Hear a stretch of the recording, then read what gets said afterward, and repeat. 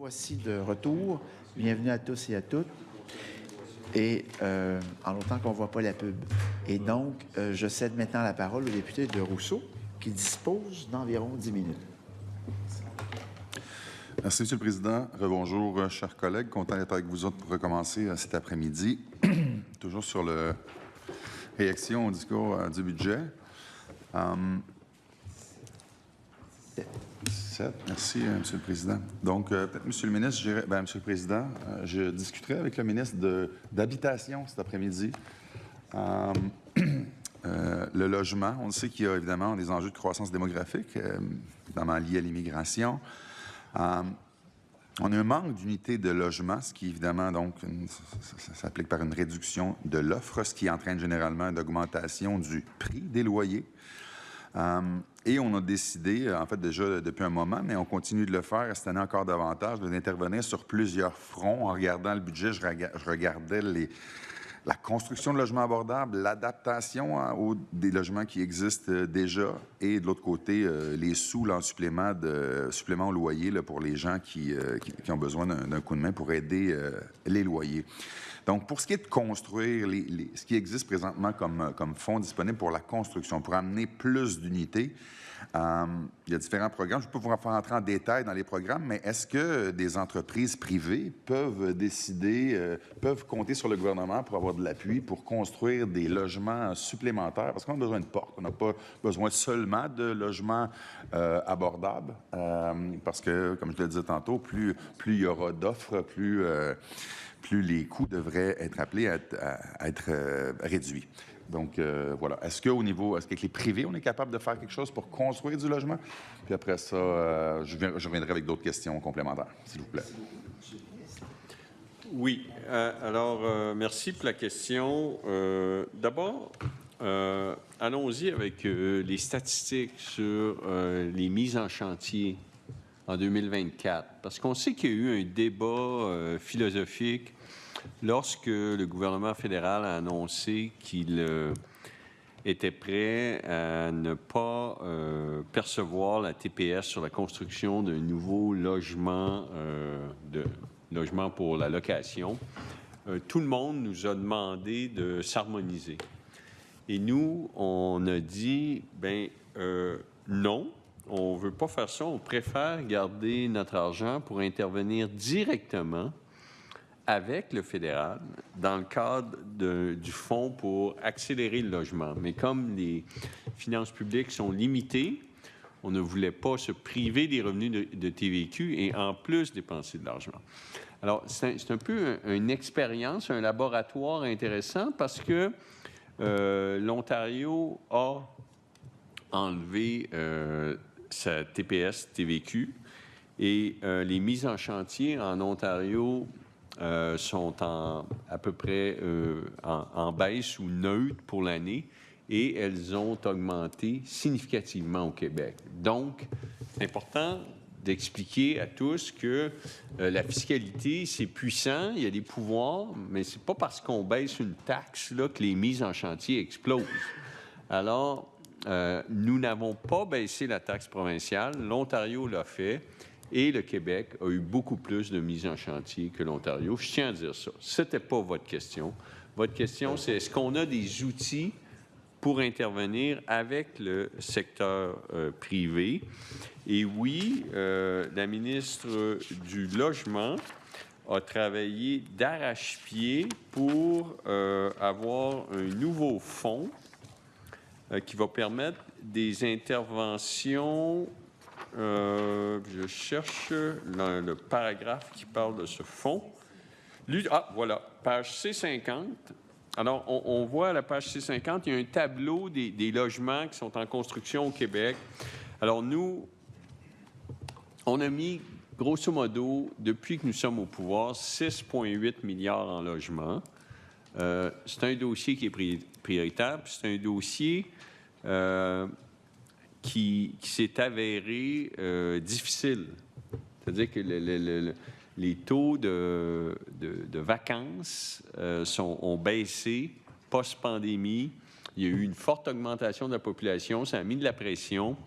Bref, ce qui était un marché serré est devenu un marché en état critique. Et notre réponse, c'est plus de 6,9 milliards, dont approximativement 4,5 milliards sont pour la construction de logements. Et il y en a 23 000 de planifiés dans les années 23, 24 à 28, 29, là, depuis qu'on a fait des investissements supplémentaires. Puis, une bonne question, puis c'est pas précisément votre question, mais une bonne question, c'est bon, vous avez mis 6,8 milliards, 6,9, il y en a 4,5 la construction, où va le reste? Bien, dans les cas où on n'arrive pas à construire le logement, il y a de la pression sur les prix des logements existants, on a 2 programmes. Programme d'allocation logement, qui est un programme administré par Revenu Québec qui vise à aider les gens à faible revenu à payer leur loyer, et le programme de supplément au loyer qui vise à donner des subventions aux locataires pour prendre des gens qui ne paieront pas plus que 25 de leur revenu.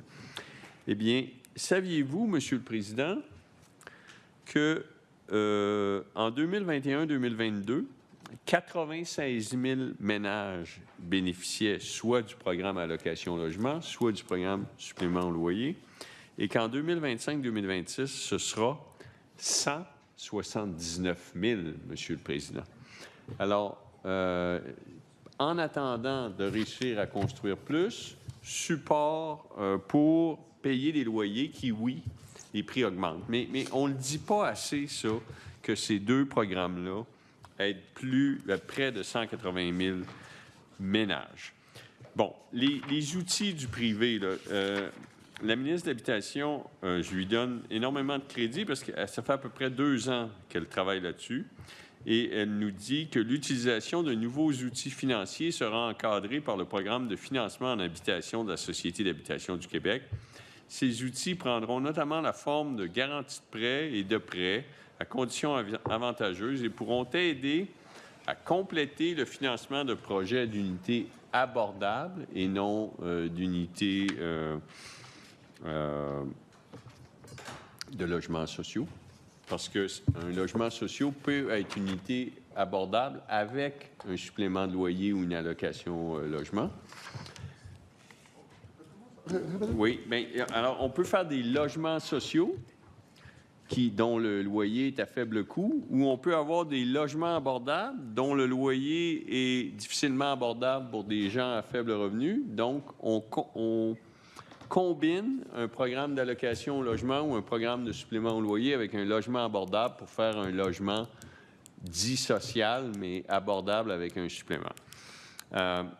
Et là, elle sait donner des outils pour faire des interventions, prêts, garanties de prêts, qui pourraient aider à réaliser des logements. Et oui, ça peut être des promoteurs privés. Et oui, c'est pour des logements abordables et non sociaux.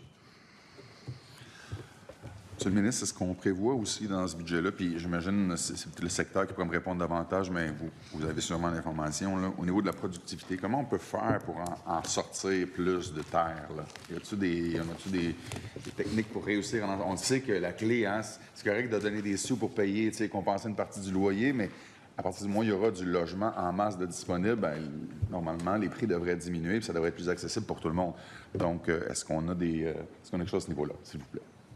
Bon. Là, je donnerai le crédit à une autre collègue, la ministre de l'Habitation et la ministre des Affaires municipales, qui a fait des allègements réglementaires au niveau du zonage, de la densité, de la possibilité d'avoir un locataire dans une maison unifamiliale, divers aménagements visant à stimuler l'offre de logement dans les conditions qui ne seraient pas possibles dans les conditions actuelles. Alors ça a été fait. Puis ça a été fait aussi en collaboration avec le gouvernement fédéral. C'était une des... Et puis là, je vais dire le mot, mais ce n'est pas une condition, là, parce qu'il faut être clair, on est dans un champ de compétences du Québec, mais le gouvernement fédéral exigeait qu'il y ait des efforts pour accélérer la construction de logements, pour nous octroyer un financement que nous pouvions décider dans quel projet il allait. Alors, on a accepté l'esprit, c'est-à-dire qu'il désirait qu'on amène des mesures législatives pour accélérer la construction de logements. On l'a fait. On a reçu du financement et nous choisissons les projets. Donc, on a respecté l'esprit sans accepter les conditions.